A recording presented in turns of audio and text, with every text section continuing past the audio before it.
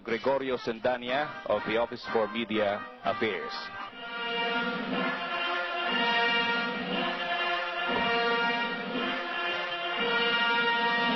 Ladies and gentlemen, the President of the United States and Mrs. Reagan, national anthems of the Republic of the Philippines and the United States of America.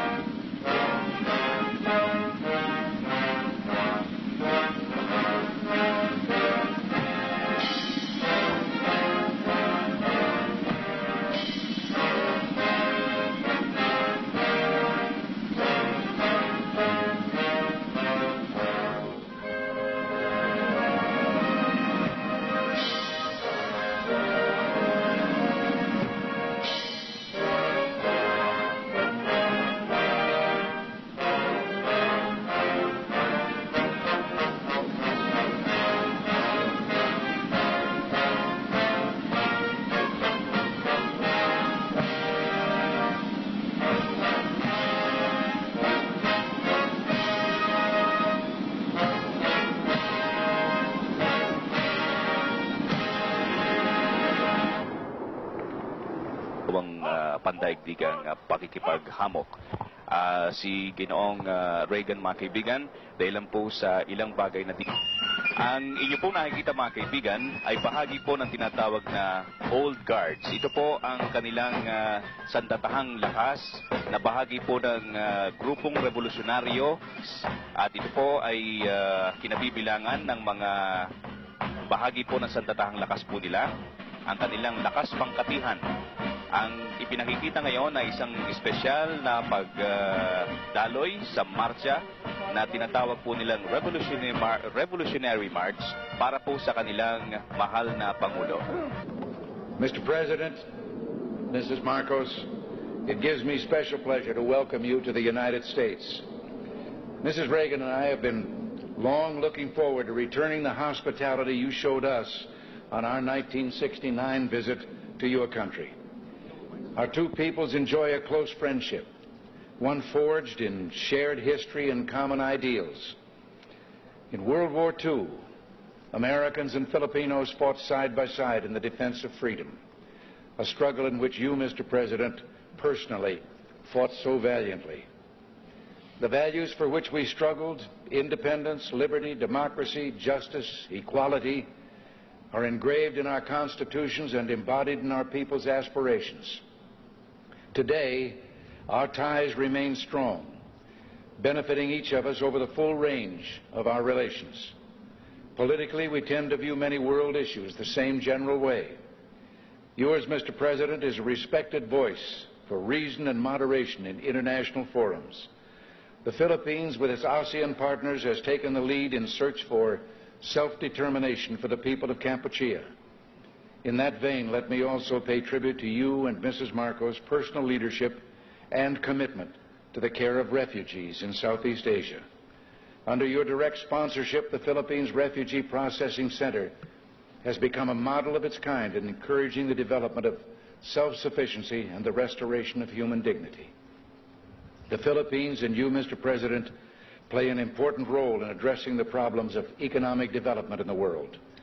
At Cancun, we made a new start toward a more effective and practical dialogue and improved cooperation among industrial and developing countries.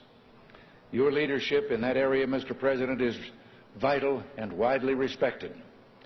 Under your leadership at home, the Philippines can boast a record of solid economic growth over the past decade, attributable in significant part to its hospitable attitude toward free enterprise and private initiative. Your country's dedication to improving the standard of living of your people is an effort in which we've been delighted to participate through bilateral and multilateral economic assistance. Your continuing interest in better nutrition has led the Philippines to achieve self-sufficiency in food grain production. You can also point with pride to the success of your rural electrification program, now bringing benefits to an increasing number of remote regions. And I find it a matter of personal satisfaction that your country and my home state of California are both pioneers in developing geothermal power to replace expensive energy imports. The United States remains the Philippines' leading trading partner, and American firms are the largest foreign investors in your country, reflecting their confidence in your progress and prospects for economic growth. We have welcomed the growing two-way trade between our nations and have been pleased that we've been able to keep our markets for the products of your growing manufacturing and industrial sector the most open of any country in the industrialized world. America considers itself especially fortunate to have nearly 1 million persons of Filipino heritage now residing in our country. They bring with them their energy and their talents, and they contribute enormously to the rich diversity of American society. Similarly, thousands of Americans, enchanted by the beauty of your nation and by its people, have chosen to live in the Philippines. Our security relationship is an essential element in maintaining peace in the region and is so recognized.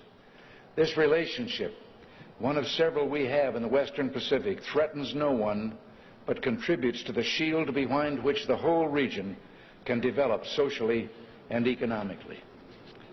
Mr. President, under your leadership, the Philippines stands as a recognized force for peace and security in Southeast Asia through its bilateral efforts and through its role in ASEAN, which is the focus of our regional policies in Southeast Asia. Mr. President, Mrs. Marcos, the United States deeply values its close friendship and alliance with the Philippines.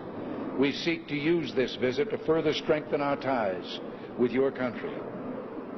Nancy and I are personally delighted that you're here, and we say welcome to the United States, welcome to our national home.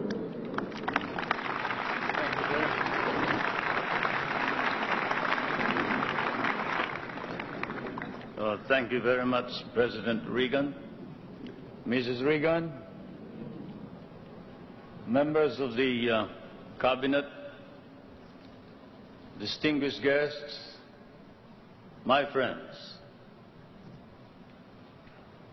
on behalf of the 50 million people of the Philippines, Mrs. Marcos and I express our gratitude for your warm welcome to Washington and to the United States of America. This great and beautiful city, that is one of the few cities that was built as a capital for a great nation, is indeed, as has been written, the key to knowing the secret of America. And this house of the American people, an American frontier that never vanishes. Your beautiful city with its grand memorials, its monuments, its walks, is indeed a city that memorializes the great achievements of your people for the past 2 centuries. But more than that, it keeps offering to the enterprising and the talented, the courageous and the strong, the rewards of effort and of initiative. At the same time, as I stand here on American soil, I realize that I stand on what may be the center of the government of the United States of America, here where, as I have often stated, the future is being born. The future is being born depending upon the man who is in the White House. And the man who is in the White House today certainly is creating a new future for our world.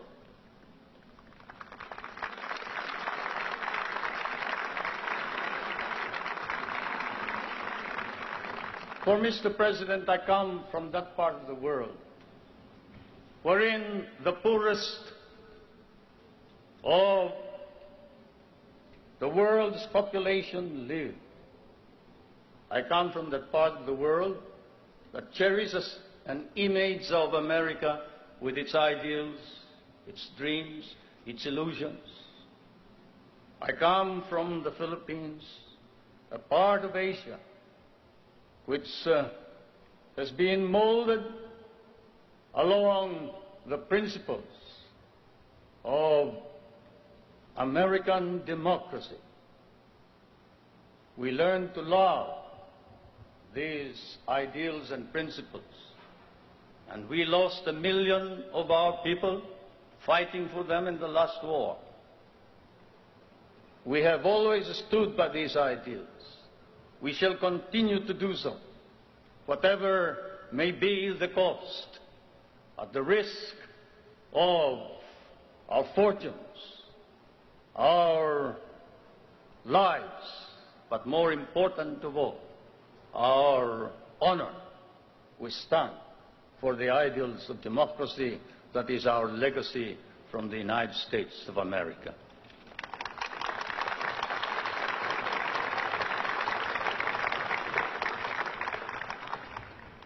I did not come to burden you further with additional problems, Mr. President.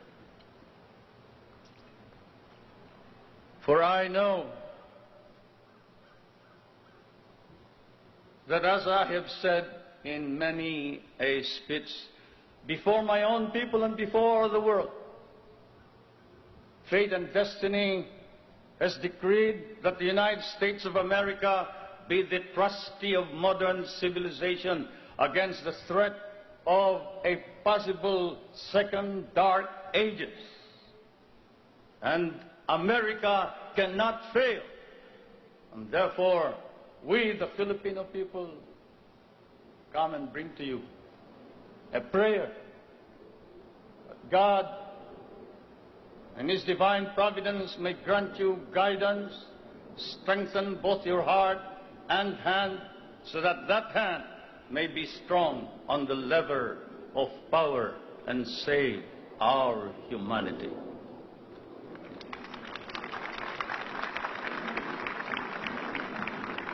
If America fails, then the world is lost.